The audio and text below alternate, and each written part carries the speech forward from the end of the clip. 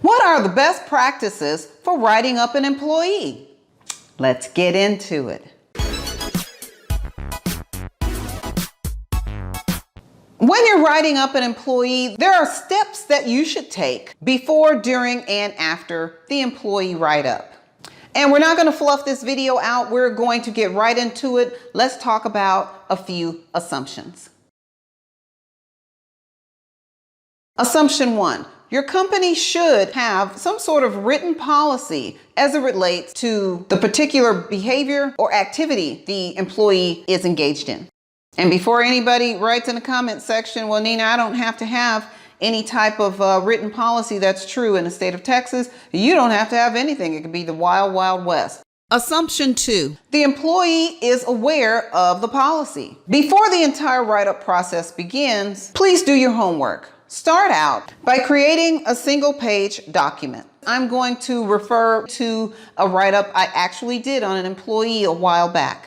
Determine the severity of the policy violation, and you indicate this on that one-page document. Explain what the employee did with regard to the behavior or the performance to violate that company policy. And I'm going to put an example of a write-up I did on bullying. Be as brief as possible without listing any names or making accusations. On your document, explain why the behavior or the performance was unsatisfactory. What policy did the employee violate? And please make a copy of that policy that was violated. Explain to the employee why the policy was written. This will also help the employee understand why this policy is important to the company.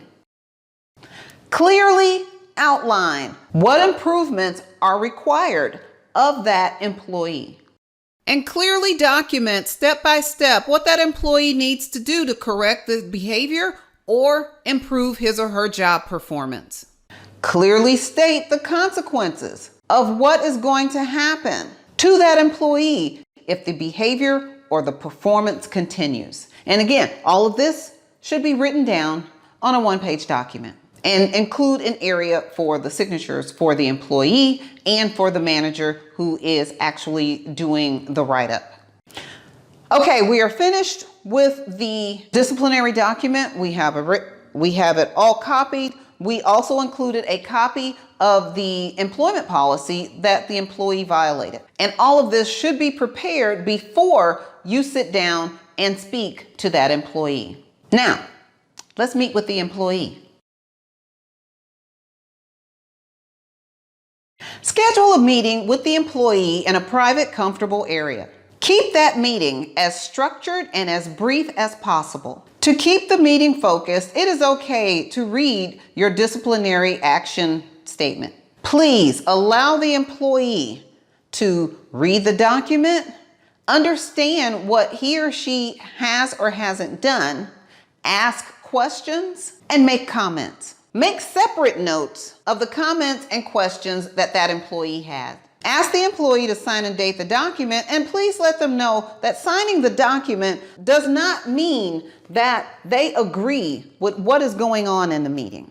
Managers are to sign and date the document as well, and provide the employee a copy of that document, along with a copy of the employment policy that he or she violated. And finally, file a copy of this information in the employee's personnel file, along with any other supporting documents, emails, notes. Again, please keep in mind that I know that there are many employers who do not have employee handbooks or any type of written documentation with regard to any policies that they have at their company. In the state of Texas, you are not required to have an employee handbook or written policies. With that being said, having written policies and procedures in place makes disciplinary action easier for management. If you have any questions or comments, please leave your thoughts in the comment section below. Thanks for watching. If you want to know more about business operations, business management, human resources, and other topics related to running a business, click on one of those play links. Click on one of these Click on the playlist. One eternity later. Click on one of these playlists. Thanks for watching. And don't forget to subscribe.